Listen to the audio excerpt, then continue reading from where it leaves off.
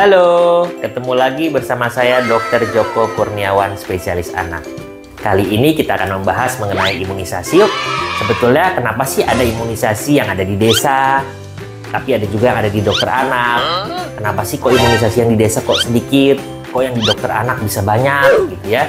Kok yang di dokter anak kok berbayar, yang di desa kok bisa gratis? Nah, sebetulnya gimana itu perbedaannya? Yuk kita simak info berikut.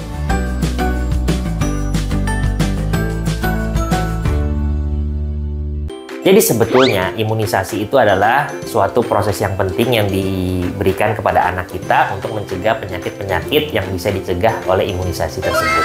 Nah, pada dasarnya berdasarkan rekomendasi IDAI, imunisasi itu ada banyak memang yang direkomendasikan diberikan usia 0 bulan sampai 18 tahun. Tetapi memang dari rekomendasinya tersebut baru sebagian yang masuk ke dalam program pemerintah. Yang seiring dengan waktu kita harapkan semakin lama semakin bertambah yang masuk program pemerintah. Misalnya saja sewaktu dulu kita kenal program wajib imunisasi sampai 9 bulan, yaitu hepatitis B, polio, BCG, DPT, dan campak. Yang di tahun belakangan ini ditambah lagi dengan BCV dan rotavirus misalnya, sehingga makin lama makin bertambah. Nah, istilah imunisasi wajib ini sebetulnya dulunya mengarah kepada program pemerintah. Artinya kan pemerintah sudah memberikan subsidi untuk memberikan secara gratis imunisasi ini kepada anak-anak Indonesia, sehingga seharusnya tidak ada lagi alasan untuk tidak dapat imunisasi tersebut. Maka dikatakanlah imunisasi wajib, gitu ya. Sementara untuk sekarang mungkin definisi imunisasi wajib ini mungkin sudah harus disesuaikan, karena istilah wajib dan tidak bukan mengarah kepada kepentingannya. Artinya istilah yang wajib harus diberikan, kalau yang tidak wajib tidak perlu diberikan juga tidak ada masalah.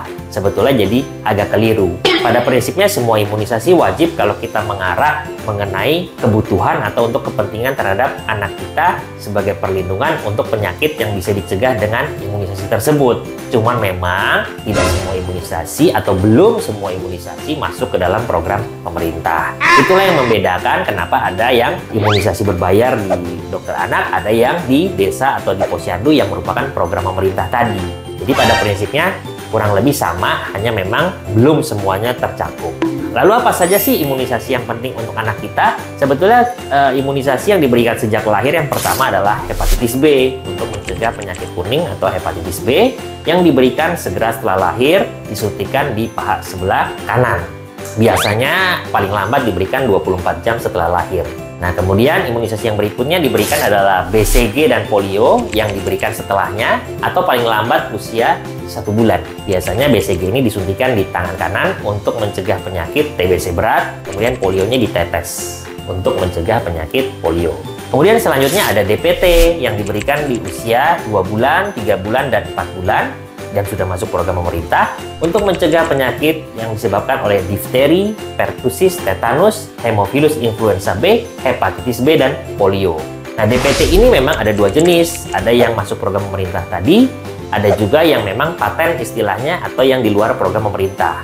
Kelebihannya memang efek sampingnya mungkin lebih ringan, tetapi memang harganya jauh lebih mahal. Dan biasanya kalau yang DPT combo di luar program pemerintah sudah ada polio suntik di dalamnya. Dimana kalau program pemerintah sediaan polio suntik terpisah dengan DPT.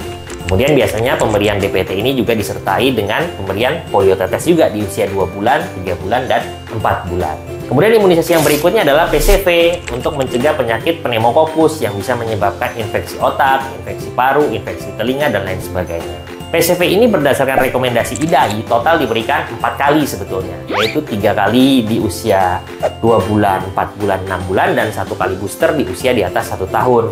Sementara kalau program pemerintah baru bisa diberikan 3 kali, yaitu di usia 2 bulan, 3 bulan, dan boosternya di atas 1 tahun. Jadi kalau memang mendapatkan program pemerintah dan masih mau melengkapi, tentu sangat direkomendasikan karena yang satu lagi bisa diberikan di usia 6 bulan. PCV sendiri ada beberapa jenis, yaitu ada PCV 10, ada PCV 13, ada PCV 15. Tergantung strain yang terkandung dalam vaksin tersebut. Silakan disesuaikan apa yang menjadi kebutuhan anak kita. Kemudian ada rotavirus untuk mencegah penyakit diare yang diberikan di usia 2 bulan, 4 bulan, 6 bulan, kalau berdasarkan rekomendasi IDAI yang menggunakan jenisnya yang pentavalen, atau bisa juga diberikan di usia 2 bulan dan 4 bulan jika menggunakan jenis rotavirus yang monovalen. Sementara kalau rotavirus program pemerintah, jenisnya monovalen diberikan di usia 2 bulan, 3 bulan, dan 4 bulan. Pada prinsipnya sama saja, cuma pastikan sebaiknya diberikan dengan jenis vaksin yang sama untuk seluruh dosis agar memberikan efek yang optimal. Kemudian di usia 6 bulan ada imunisasi influenza yang biasanya diberikan 2 kali dalam interval 1 bulan dan selanjutnya bisa diulang 1 tahun sekali untuk melindungi anak kita dari penyakit virus influenza. Kemudian di usia 9 bulan ada vaksin Japanese encephalitis yang sudah bisa diberikan untuk mencegah infeksi otak. Dan kalau program pemerintah juga sudah ada vaksin campak untuk melindungi campak. Kemudian di usia 1 tahun, jika tidak atau belum mendapatkan vaksin campak sebelumnya, bisa diberikan MMR, yaitu Measles, Mumps, Rubella, di mana ada tambahan gondongan selain campak perlindungannya. Kemudian juga bisa diberikan vaksin varicella untuk mencegah cacar air, dan hepatitis A untuk mencegah hepatitis A. Vaksin varicella sendiri bisa diberikan 2 kali dengan interval 2 bulan untuk perlindungan seumur hidup. Sementara hepatitis A juga cuma diberikan 2 kali dengan interval 6 bulan untuk memberikan perlindungan seumur hidup. Kemudian baru di usia 18 bulan nanti ada vaksin untuk booster DPT dan untuk booster campak sebagai untuk booster vaksin yang sudah diberikan di bawah 1 tahun sebelumnya tersebut.